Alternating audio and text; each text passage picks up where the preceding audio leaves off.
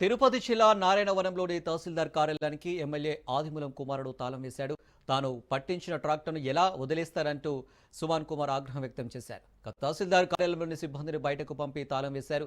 సుమాన్ నిర్వాహకాన్ని తిరుపతి కలెక్టర్కు తహసీల్దార్కు ఫిర్యాదు చేశారు.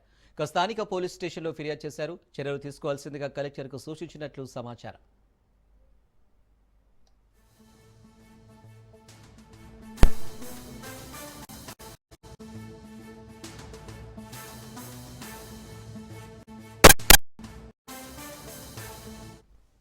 దీనికి సంబంధించి మరిన్ని డీటెయిల్స్ మా ప్రతినిధి నారాయణ అందిస్తారు. నారాయణ.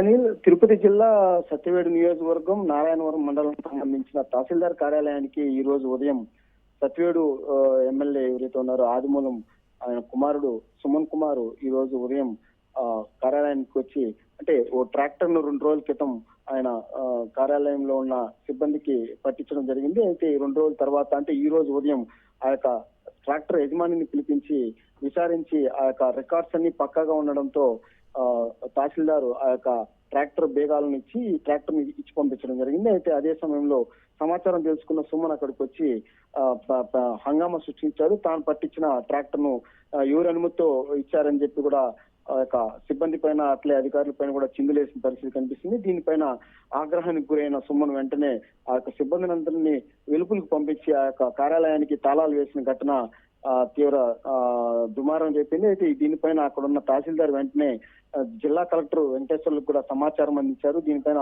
కలెక్టర్ కూడా ఆ యొక్క ఎవరైతే సుమన్ కుమార్ ఉన్నారో అతని పైన కూడా స్థానిక పోలీస్ స్టేషన్ లో కూడా ఫిర్యాదు చేయాలని చెప్పి కూడా వారికి ఆదేశాలు జారీ చేసినట్లు సమాచారం. అయితే దీని మేరకే అక్కడ ఉన్న సర్కిల్ ఇన్స్పెక్టర్ గానీ అలాగే సబ్ ఇన్స్పెక్టర్ కి ఇద్దరికి సమాచారం ఇచ్చడంతో వారు సంఘటనా స్థలానికి వచ్చి ఆ యొక్క సమాచారాన్ని ఆరా తీశారు. దాని ద్వారా విఆర్ఓ స్టేట్మెంట్ తో పాటు ఎంఆర్ఓ స్టేట్మెంట్ కూడా రికార్డ్ చేసుకుని అతనిపైన కేసు నమోదు చేసినట్లు కూడా తెలుస్తుందని.